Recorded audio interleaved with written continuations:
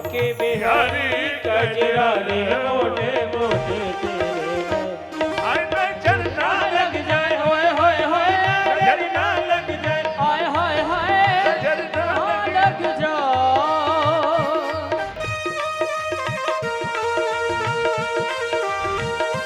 आनंद से भाव से सभी लोग आनंद लीजिए। हरि बोल।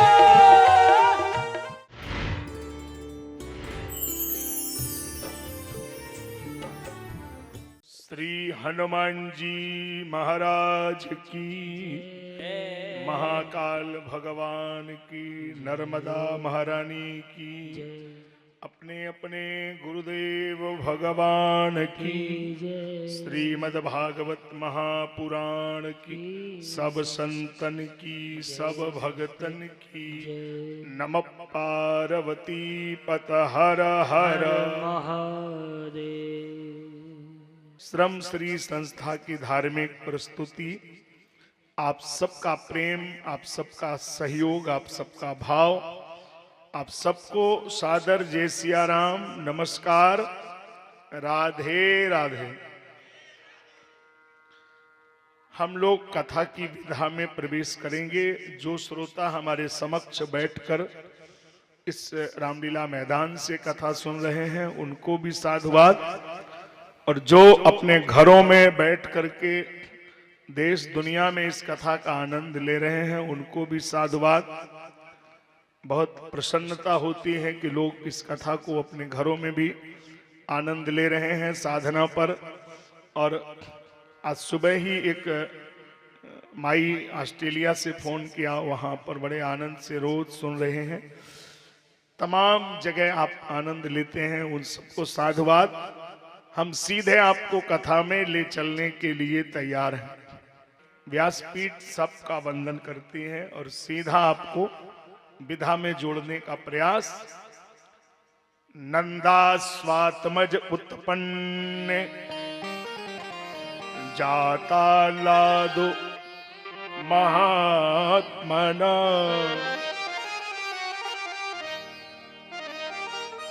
भागवतकार ने कहा नंद के छोरा भयो, यशोदा के लाला भयो नहीं।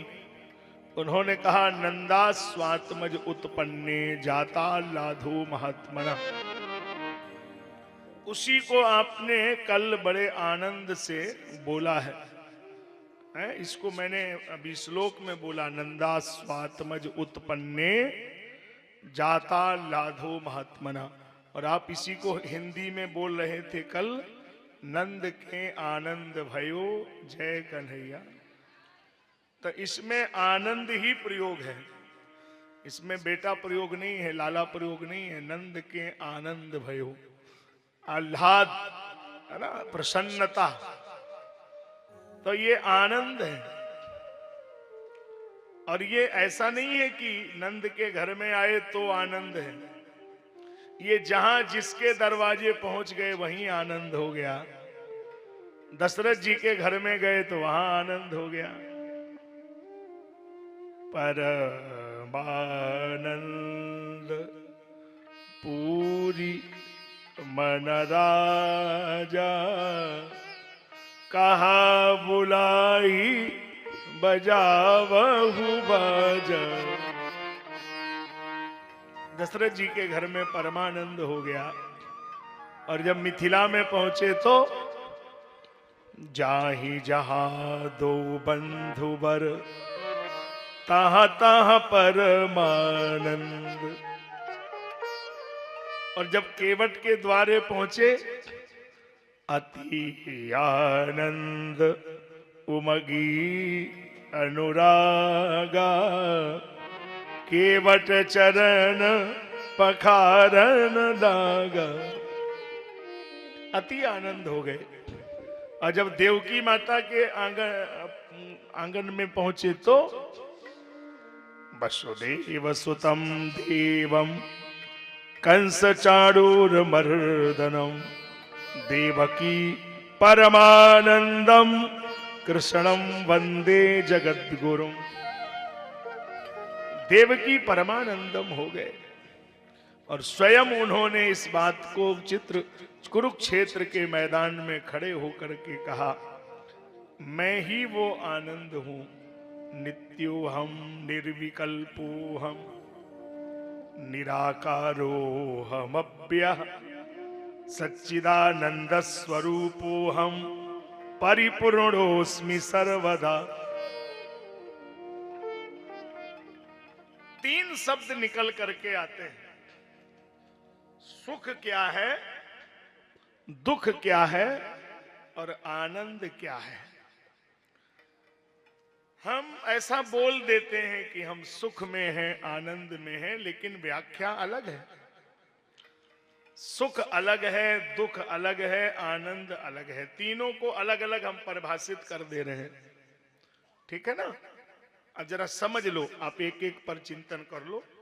जो लोग बहुत कुछ लिखते पढ़ते हैं वो तो बड़ा अच्छा काम करते हैं कि आगे भी याद रखते हैं कि कभी समझना हो तो कैसे याद रहेगा, तो कहीं लिख भी सकते हो, याद कर सकते हो। सुख क्या है, दुख क्या है और आनंद क्या है।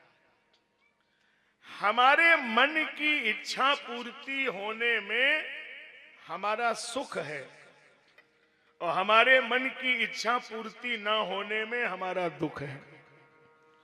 सुख दुख कोई व्यक्ति नहीं है, हमारे मन की इच्छा पर निर्भर करता है। वही किसी के लिए दुख है और वही किसी के लिए सुख है। दोनों। जैसे जो आदमी बीड़ी नहीं पीता है उसको धुआं देखने में भी दुख हो रहा, और जो पीता है उसको रसगुल्ले खिलाने पे भी तकलीफ होती है। वो कहता कि रसगुल्ला मत दो, 2 मिनट का टाइम दे दो, हम बस द्वारे तक जाएं, बस आ जाएं। तो उसमें उसको सुख मिल रहा है और आपको दुख मिल रहा है। एक ही घटना में बेटी अगर ससुराल जा रही है तो सुख का विषय है कि दुख का। ससुराल जा रही है, रो रही है, विदाई हो रही, तो सबको दुख ही होना चाहिए। लेकिन बड़ा आश्चर्य की बात है, मैंने एक गेस्ट हाउस में देखा, लड़की की विदा हो रही थी और 4-5 माताएं हंस रही थी। अरे पुरुष हंसे तो चलो ठीक है, माता का हृदय तो करुणा का संचार होना चाहिए। मैंने कहा माता होके और तुम हंस रही हो, शर्म आनी चाहिए। लड़की जा रही है मायके और ससुराल जा रही तो सब रो रहे, तुम क्यों नहीं रो रही हो? बोली गुरुजी हैं तो हम माताएं, लेकिन आप हमें पहचानते नहीं हैं। हमने कहा क्यों? बोले हम लड़का की बुआ हैं, बारात में आई हैं। हे परेशानी, हे भगवान। मानी उनको वो बहू दिख रही है इसलिए वो हंस रही हैं। आपने बेटी की नजर से देखा है तो आप रो रहे हैं। तो तुमने क्या माना है ये संसार में तय करेगा कि दुख है कि सुख है ना? जिसमें हमारे मन की इच्छा में की पूर्ति हो उसमें हमारा सुख, और जिसमें हमारे मन की इच्छा पूर्ति ना हो उसमें हमारा दुख। दोनों पर मनन समान दृष्टि से होना चाहिए। तो हमारे मन की इच्छा इस बात को समझती है कि हमने कहां पर फैसला ले रहे हैं, उस पर यह निर्भर करता है। हमारे मन की इच्छा पूर्ति होने में हमारा सुख है, हमारे मन की इच्छा पूर्ति ना होने में हमारा दुख है। दोनों बातों को कितने बार रिपीट करूं, आप उतने बार अपना दिमाग बढ़ाते चले जाइए। आखिरी में फैसला करता हूं। क्या बोलो? अभी आपने क्या बोला? हमारे मन की इच्छा पूर्ति में हमारा सुख, और हमारे मन की इच्छा के विरुद्ध जो भी हो रहा है उसमें हमारा दुख। तो आनंद क्या है? जिसमें इच्छा ही समाप्त हो जाए उसी का नाम आनंद है। और जब तक इच्छाएं रहेंगी तब तक ये सुख और दुख दोनों परेशान करेंगे, है ना? दुख लोहे की उसके बराबर है। जैसे लोहे की किसी को हथकड़ी लगा दी जाए वो दुख मान सकते हो, और सोने की लगा दो तो सुख है। लेकिन हथकड़ी दोनों है, बंधन दोनों में है। संसार के सामान सम्मान को जो चाहते हो इसमें भी तुम्हें सुख का अनुभव हो रहा है, लेकिन ये सोने की हथकड़ी की तरह है। और संसार का सामान सम्मान ना चाहना ये लोहे की हथकड़ी की तरह है। लेकिन आनंद वो है जिसमें इच्छा ही ना रहे। दोनों स्थिति में आनंद है। और जिसकी इच्छा ही खत्म हो गई, चाह गई चिंता मिटी मनुआ बेपरवाह। जिसको कछु न चाहिए सो साहम पति साह। इसको कुछ चाहिए ही नहीं, भगवान की इच्छा में अपनी इच्छा। बात थोड़ी सी और दिमाग लगा के समझने वाली है। मतलब आप बुद्धिमान ज्यादा हैं कि भगवान? बोल दो ना, भगवान आपसे कमजोर कि आप उनसे ज्यादा तेज? भगवान ही तो बुद्धिमान है कि आप उनसे ज्यादा बुद्धिमान? भगवान ज्यादा बुद्धिमान है, तो जो भगवान करेंगे वो ठीक होगा या जो तुम्हारे मन में होगा वो ठीक होगा? तो उन्हीं को करने दो, और उनके करने में भी आप अपना बस इतना आनंद लेते रहोगी। प्रभु जैसे रखे राम जी रहना चाहिए, मान अपमान सब सहना चाहिए। जिसमें उनकी इच्छा उसी में हमारी इच्छा। और ऐसा चरित्र संसार में किसी ने जिया है तो वो भगवान कृष्ण है। अगर राम को समझना है तो हंस बनकर के रामायण सुनने जाओ। राम जी को समझना है तो राम कथा सुनने के लिए हंस बनना पड़ेगा। जड़ चेतन गुण दोष में विश्व कीन करतार, संत हंस गुण गहे पै परिहर वारी विकार। राम जी को समझना है तो जीवन को हंस की तरह बनाइए, और अगर कृष्ण को समझना है तो परमहंस की तरह बनाइए। कृष्ण के लिए परमहंस बनना पड़ेगा। श्रीमद् भागवत महापुराण पारमहंस्यायाम, ये पारमहंस संहिता है। परा सन्निकर्षा संहिता यस्यैव सह परमहंस संहिता, जहां पर केवल परमहंस बन के ही समझा जा सकता है। नहीं तो बार बार आपके दिमाग में आएगा कि वो गोपियों को रासलीला में क्यों बुलाया और वो गोपियों का चीर क्यों चुराया। वो ये सब बड़ा दिमाग में आपके कचरा आएगा। और जब परमहंस बन के समझोगे तो समझ में आएगा कि जिस कपड़े को पहनने ना पहनने से संसार के लोगों को फर्क पड़ सकता है, उस कपड़े से परमात्मा का क्या लेना देना। परमात्मा तो शरीर को ही कपड़ा मानता है। वासांसी जीर्णानि यथा विहाय नवानि गृह्णाति पन्नरोपराणि। ये शरीर भी तो कपड़े की तरह है, उसमें क्या बात है। इसलिए भगवान ने इन लीलाओं को किया।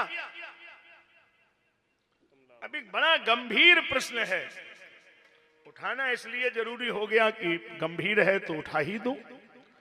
जब ईश्वर है, परमात्मा है, भगवान है, उसके बेटा है, बेटी है, पति है, पत्नी है, घर है, मकान है, दुकान है, तो फिर वो भगवान कैसा? अब बेटा बेटी पति पत्नी हमारे हैं तो हम इंसान क्यों? क्या अंतर है, क्या डिफरेंस आ रहा है? जरा इस पर भी थोड़ा दिमाग लगा लो। आपका दिमाग तो तेज चलता ही है, तो फिर दिमाग लगाओ, इसका जवाब ढूंढते हैं। बेटा बेटी पति पत्नी मकान दुकान संसार होने पर हम इंसान हो गए, और जब वो दुनिया में आए तो उनके भी माँ पिता पत्नी बेटा थे ना, तो फिर वो भगवान क्यों हो गए? जरा जवाब दीजिए, सुनिए ध्यान से, उत्तर दे रहा हूं। एक व्यक्ति कुएं में गिर गया, एक व्यक्ति कुएं में गिर गया, दूसरा व्यक्ति उसको निकालने के लिए उसी कुएं में उतर गया। कुएं में कितने गिरे? ये प्रश्न है, कुएं में कितने गिरे? जवाब दीजिए भाई। लगता है सुना नहीं ध्यान से, दोबारा सुन लो, दोबारा सुनिए, उस पर दोबारा कलम चला दे रहा हूं। एक व्यक्ति कुएं में गिर गया, दूसरा व्यक्ति उसको निकालने के लिए उसी कुएं में उतर गया। कुएं में कितने गिरे? कुएं के अंदर दिखाई तो दो दे रहे हैं, लेकिन गिरना अलग क्रिया है और उतरना अलग क्रिया है। गिरता वो है जिसे गिरना तो आता है, लेकिन अपने आप निकलना नहीं आता है। और उतरता वो है जिसे उतरना भी आता है और हाथ पकड़ के झटका मार के निकालना भी आता है। वो मास्टरमाइंड होता है। तो संसार के कुएं में ये जीवात्मा गिरा है और परमात्मा अपनी इच्छा से उतरा है। तो उतरने वाले से गिरने वाले का कहां से कंपैरिजन हो जाएगा? आप तो गिरे हैं और वो अपनी इच्छा से उतरे हैं। वो कोई प्रेशर में थोड़ा ही आए, और तुम तो कर्म का फल भोगने प्रेशर में आए हो। तुम तो गिराए गए हो, फेंक दिए गए हो वहां से। छीणे पूणे मर्त लोके बिसंती, पूर्ण छीण हो गया फिर फेंक दिए गए। कर्म फल भोग करिए। तो तुम गिरे हो और वो उतरे हैं। तुम्हारी इच्छा तो नहीं थी कि तुम ये यहाँ दुनिया में ये नाटक करो, लेकिन तुम्हारी मजबूरी है। कर्म का फल भोग तुम्हें भोगना है। अब वो कब आया? वो किसी के कोई दबाव में थोड़ी आया। वो तो विप्रधेनु सुर संत हित लीन मनुज अवतार, और निज इच्छा निर्मित तन माया गुण गो।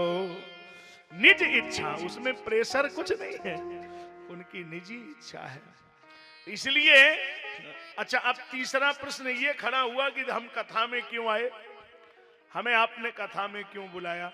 हमने कथा में इसलिए बुलाया है कि ये कुएं में गिरने उतरने का झंझट ही खत्म कर दिया जाए। आज के बाद ये झंझट ही नहीं रहे आपके लिए। क्यों? यह चरित जेगा वही हरि पद पावही, तेन परहि भव कोपा।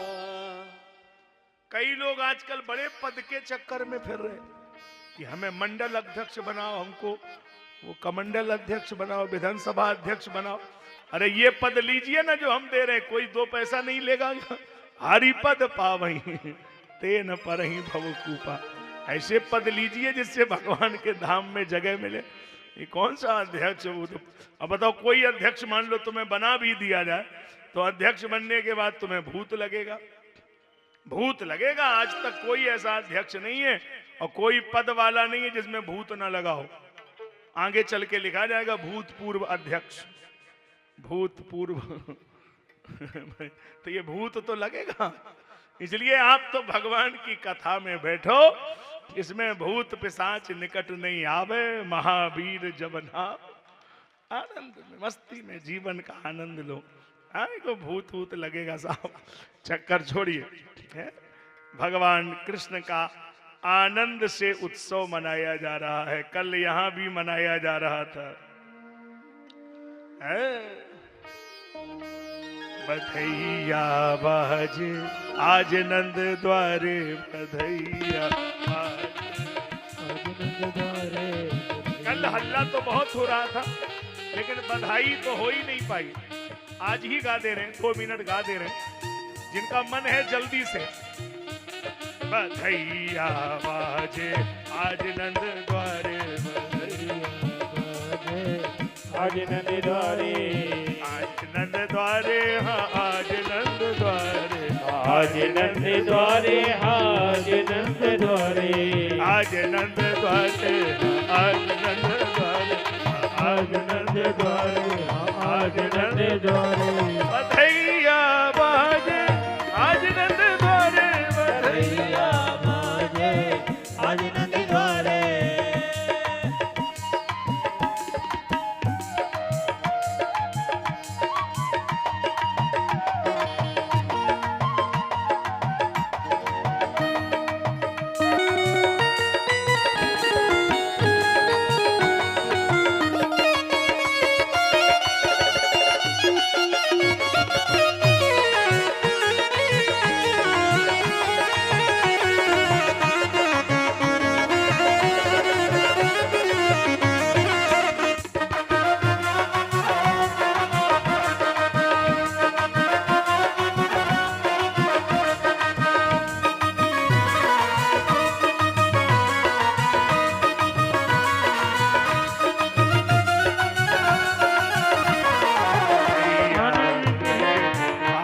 नंद द्वारे बधैया, आज नंद द्वारे।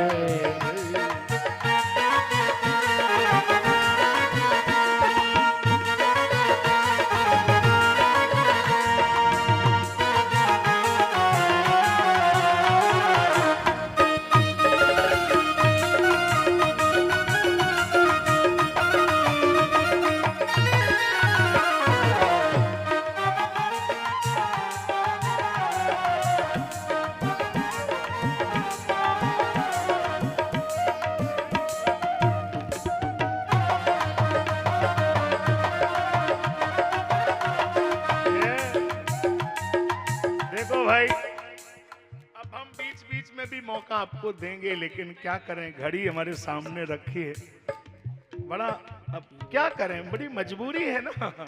बात भी कहनी है, प्रसंग भी सुनाना है। कल लोगों ने जब बधाई डाली तो एक बड़ा फायदा हुआ कि जितनी जमीन गीली थी सब सूख गई। ये भी फायदा ही है ना, क्योंकि साहब कुछ ना कुछ भगवान की लीला होती रहती है आनंद के लिए। तो अब कंस को मालूम पड़ गया है कि काला कन्हैया मारेगा और उसका जन्म हो चुका है, तो उसने आदेश कर दिया ब्रजमंडल में चले जाओ, 6 दिन से लेकर 6 महीने तक जितने बालक अगर मिले उन सबको मार दो। अच्छा, अपराध किसी ने किया और दंड किसी को मिलेगा। अब आदेश कर दिया है, कौन जाएगा? कंसेन प्रहिता घोरा पूतना बाल घातिनी शिशुश्चचार निघ्नन्तीम पुरग्राम व्रजादिषु। कंस की अनन्य दासी है, नाम है पूतना। साखेचर्यै कदोपेत्या पूतना नंद गोकुलम योषित्वा माययात्मानं प्राविशत कामचारिणी। सुखदेव जी ने उसको कामचारिणी कहा है। बहुत मारे बाल घातिनी है, मानी बच्चों की हत्या करती है। और कहां जा रही है? ब्रजमंडल में। कौन से मार्ग से जा रही है?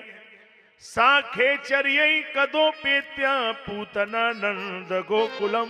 खेचर कहते हैं आकाश को। भेष कैसा बनाया है?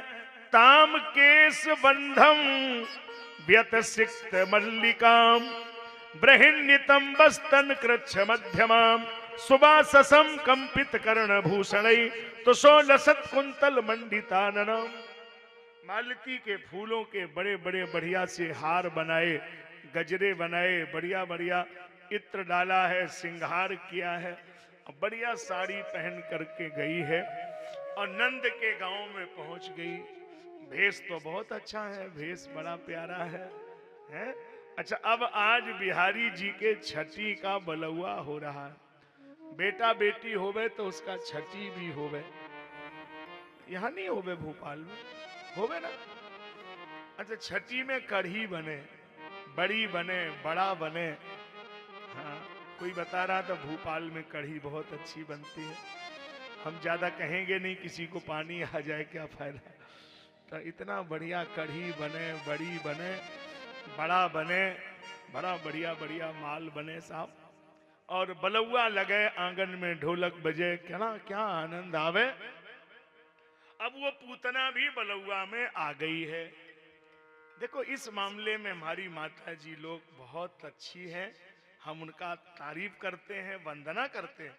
एक आदत आपकी अच्छी है, इस मामले में भाई लोगों की आदत अच्छी नहीं है। हाँ, जो बात है वो मैं वही बोलूंगा जो सामने बोल सकूं, पीछे नहीं बोलता, मैं सामने बोलता हूं। जैसे भाई लोगों में ये बड़ी कमी है कि इनको अगर भोपाल से दिल्ली जाना हो तो गाड़ी में बैठेंगे, कौन सा बगल वाली सीट पे बैठा है उससे राम राम नहीं कर सकते दिल्ली तक। इनकी इतनी आदत खराब है। इन बिचारों को अगर मिसरौद से मंडी द्वीप जाना हो तो ऑटो में जरूर पूछ लेंगी तुम्हारी बहू कितनी है, नाती कितने हैं, कौन सी बहू पाए दबाती है, कौन सी गला दबाती है, ऐसा मतलब इनका ट्रेंड है, भगवान जाने। मनी ऑटो वो तब पहुंचेगा साहब कोलार में जब ये सब पूछ लेंगी पूरी जन्म कुंडली, और उतरते समय ये भी पूछ लेंगी साड़ी बहुत अच्छी लग रही, कहाँ से ली है, हम भी लेंगे। पता नहीं भगवान इनका क्या स्वभाव। अरे शांत बैठना चाहिए, क्या लेना देना कौन कहाँ जा रहा, लेकिन नहीं, आदत में है। वो तो भागवत में भी पूछ लें, लेकिन वो हमारा इतना डर रहता है ना कि महाराज जी नजर रखते हैं चारों तरफ। नहीं, यहाँ भी पूछ लें कि साहब कहाँ से आई हो, कौन हो, कौन नंबर ही मांग लें कि हाँ नंबर देना जरा।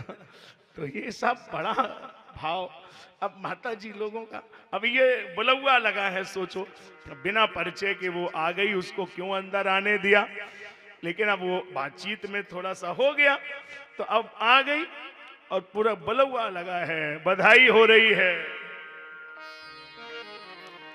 अरे लल्ला की सुन के मैं आई, यशोदा मैया दे दे बधाई, लल्ला की सुन के मैं आई, यशोदा मैया दे दे बधाई, दे दे बधाई मैया, दे दे बधाई मैया, दे दे बधाई, लल्ला की सुनी के मैं आई, यशोदा मैया दे दे बधाई, लाला जन्म सुन आई, यशोदा मैया दे दे बधाई, यशोदा मैया दे दे बधाई।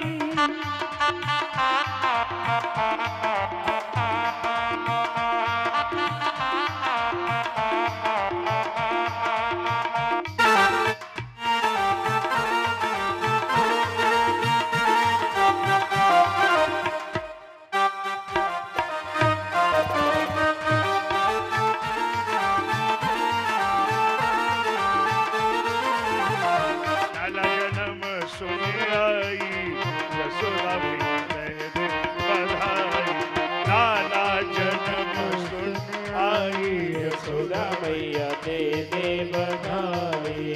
जोगे जोगे जीवे मैया लल्ला तुम्हारो, जुग जुग जिए मैया लल्ला तुम्हारो, जुग जुग जीवे मैया, जुग जुग जीवे मैया, जुग जुग जीवे मैया जुग जीवे, लल्ला तुम्हारो हो मैं मेरी मन चाही, यशोदा मैया दे दे बधाई, हो मैं मेरी मन चाही, यशोदा मैया दे दे बधाई, दे दे बधाई मैया, दे दे बधाई, दे दे बधाई मैया दे दे बधाई, लल्ला की सुन के मैं आई, यशोदा मैया दे दो बधाई, लल्ला की सुन के मैं आई, यशोदा मैया दे दे बधाई।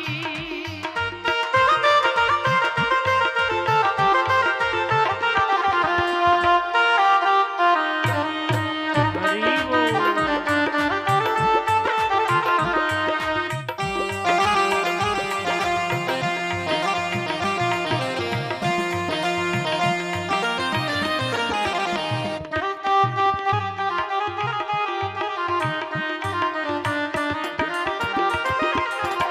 लाला जन्म सुन आई, यशोदा मैया दे दे बधाई।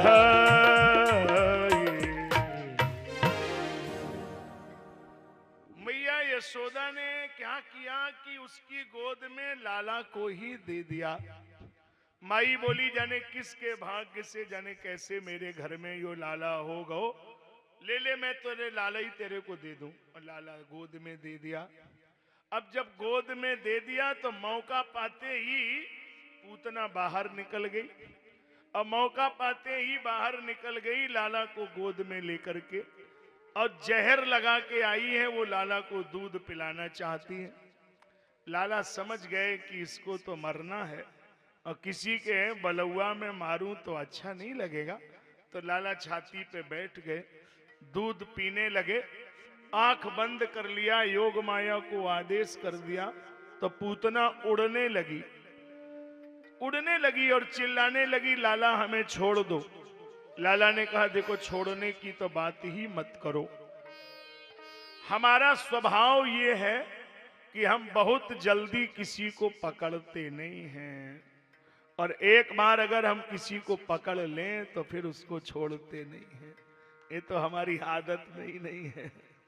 एक बार किसी को पकड़ लें और फिर छोड़ दें, ये तो संभव ही नहीं है ना। इसलिए वो चिल्लाती रही, लाला ने त्रिलोकी का भार रख दिया और ऐसी जगह ले जाकर के पटक दिया कि वो जब जमीन में गिरी तो 6 कोस में गिरी। सोचो कितनी भारी होगी, 6 कोस मानी 18 किलोमीटर, कितनी लंबी चौड़ी होगी सोचो।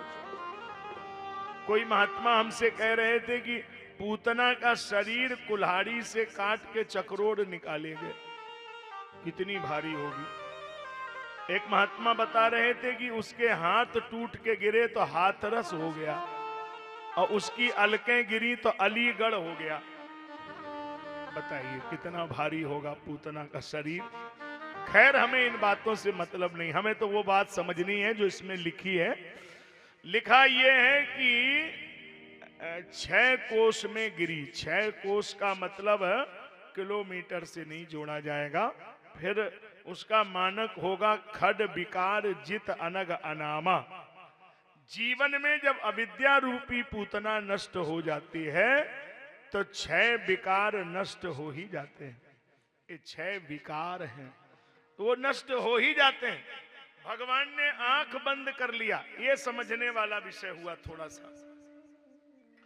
परीक्षित जी ने जब सुखदेव महाराज जी से पूछा कि ये आंख बंद कर लिया, इसका क्या मतलब है?